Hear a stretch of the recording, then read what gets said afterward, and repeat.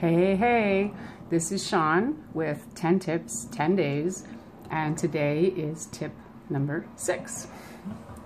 So what I've been talking about here for the past almost week is how to become more powerful by understanding and managing your subconscious parts better that hold you back from connecting with your inner guidance. Because our inner guidance is our GPS, right? It's the thing that guides us to live our highest possibilities and also keeps us out of trouble, right? It helps us to avoid things that are not good for us. So we need to really learn to listen to and trust that at a super high level. And the problem is when we have these subconscious parts of us, they block that, right? These subconscious parts come in and they'll be like, no, we can't trust that, or no, I know better, or, that's dangerous, or whatever it is. So we really do need to understand these subconscious parts. So today, tip number 6, building on all the other tips that I've been sharing, is going to build on the last tip, which was beginning to develop a connection with your inner child and just notice that you have one, right? Just notice that there is a part of you that had experiences when you were small that has feelings about those things that need to be acknowledged and embraced, right? Because as I was talking a little bit about in the last one, what happens instead is that we have this sort of inner adult that is actually not a real thing. So what I mean by that is it's actually an imprint of all the things that we were taught. So the adult that we have inside us is actually made up of all the things that we've learned from the adults who were around us as we were growing up and during our formative years. And that becomes the voice in our head. And often that voice is not very helpful. And that is the adult that talks to our inner child, which is the source of our genius and our greatness and needs to be encouraged and supported and nurtured. And instead it's hitting up against this inner adult that's not supportive at all.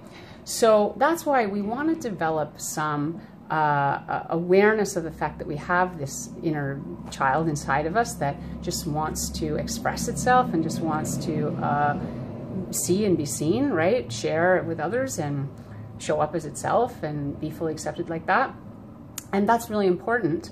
And then we have this adult meeting that inner child who's not supportive, who doesn't really listen, who doesn't really care about that part of us. And so my tip today is once you begin noticing this sort of part of you and imagining maybe even just imagining that you have this child inside you and what that child experienced and what it felt like for that child growing up and the things that it may have, thoughts it might have developed from that. What I want you to practice next is a kind of empathy for that part of you. So what this can look like in action, because we need to turn this into an active thing. It's not something we can just think about. I'm going to develop empathy for my inner child. It doesn't do anything for you. You actually have to take action. So one way you can do this is you can look at, for example, an experience that you may have gone through as a child, and that part of you that you identified as part of this series as something that's causing problems for you now, right? And it's playing out as a pattern in your life now. And maybe the child, your inner child at that time felt like nobody listens to me, nobody really cares what I have to say. So maybe that is something that keeps playing out in your life. People are not really valuing what you say or really resonating with what you say. And so this pattern got created. So what you want to do is go in and show empathy for this part of you that didn't receive empathy. So you want to go in and write almost like a letter. This is one way to do it. There are a lot of ways to do it.